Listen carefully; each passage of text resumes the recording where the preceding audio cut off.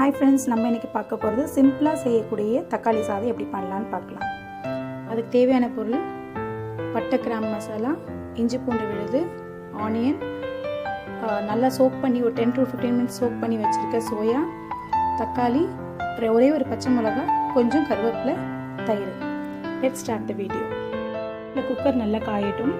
காஞ்ச உடனே key add பண்ணிக்கலாம்.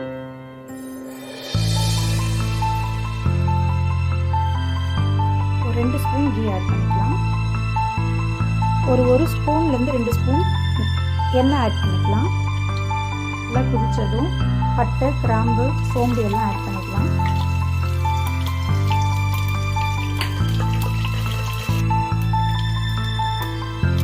ஒரு பச்சை மிளகாய், கொஞ்சம் கருவேப்பிலை ஆட் பண்ணிக்கலாம். கருவேப்பிலை நல்லா பொரிஞ்சதும் ஆனியன் ஆட் பண்ணிக்கலாம்.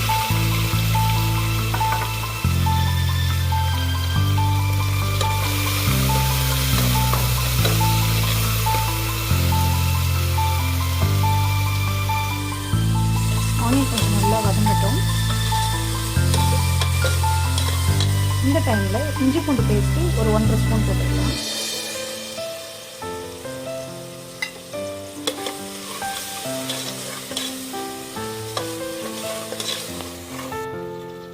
இஞ்சி பூண்டு வாசனை போன பிறகு ஃப்ரேக்ரன்ஸ்க்காக ஒரு 4 ஏலக்காய் மட்டும் ஆட் பண்ணிப்போம். ஒரு 2 மினிட்ஸ் கழித்து தக்காளி ஆட் பண்ணிக்கலாம்.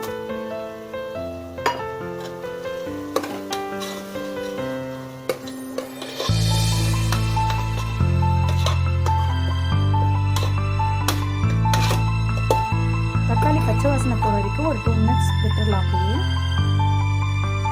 பச்சை வாசனை போயிடுச்சு. இந்த டைமில் 1 ஸ்பூன் பிரியாணி மசாலா, 2 ஸ்பூன் குழம்பு மிளகாய் பொடி ஆட் பண்ணிப்பேன்.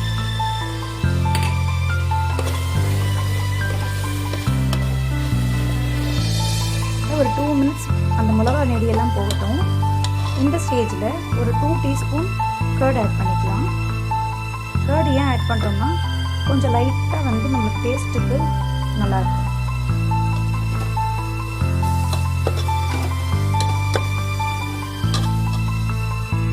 நல்லா வதங்கிடுச்சு. இப்போ என்ன பண்ணலாம், நம்ம ஏற்கனவே அளந்து வச்சுருக்க டம்ளரில் 2 டம்ளர் அரிசிக்கு 4 டம்ளர் தண்ணி அளந்து வச்சுக்கலாம்.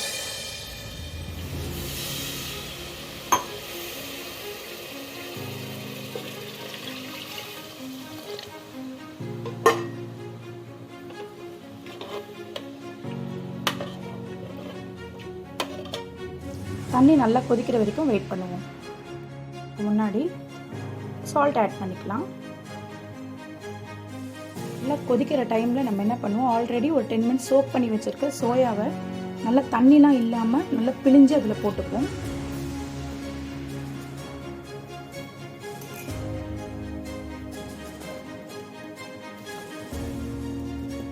இந்த ஸ்டேஜில் சோயா போட்டால் தான் அந்த டேஸ்ட் சோயாலையும் இருக்கும். மினிட்ஸ் நல்லா கொதிச்சிடுச்சு.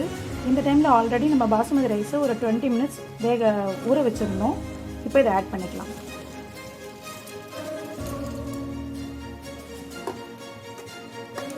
லைட்டாக நம்ம கலரி விட்டுக்கலாம்.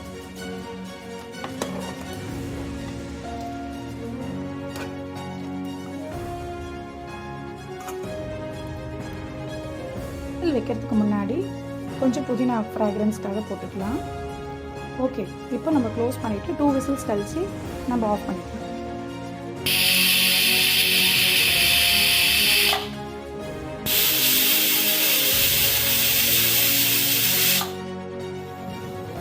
இப்போ நம்ம ரைத்தா ரெடி பண்ணிக்கலாம். ஃபைனாக சாப் பண்ண ஆனியன் ப்ளஸ் கர்ட் ஆட் பண்ணிக்கலாம்.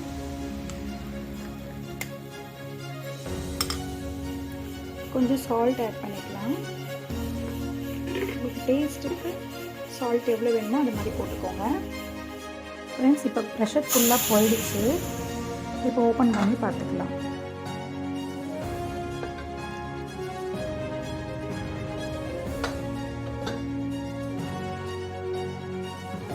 நல்லா வந்திருக்கு. ஒரு ரைஸோட இன்னொரு ரைஸ் ஒட்டாமல் வந்திருக்கு.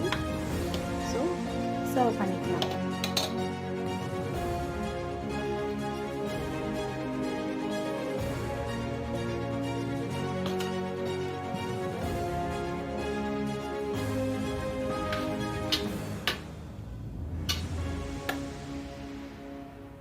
இந்த ரைஸ்க்கு சைடிஷாக நம்ம வந்து ரைத்தா ரெடி பண்ணி வச்சுருக்கோம், அதையும் சர்வ் பண்ணிக்கலாம். இந்த ரைஸ்க்கு நீங்கள் பாயில்டு எக் கூட சாப்பிட்டுருந்தீங்கன்னா பாயில்டு எக் கூட வச்சுக்கலாம், ரொம்ப நல்லாயிருக்கும். தேங்க்யூ ஃப்ரெண்ட்ஸ், பாய்.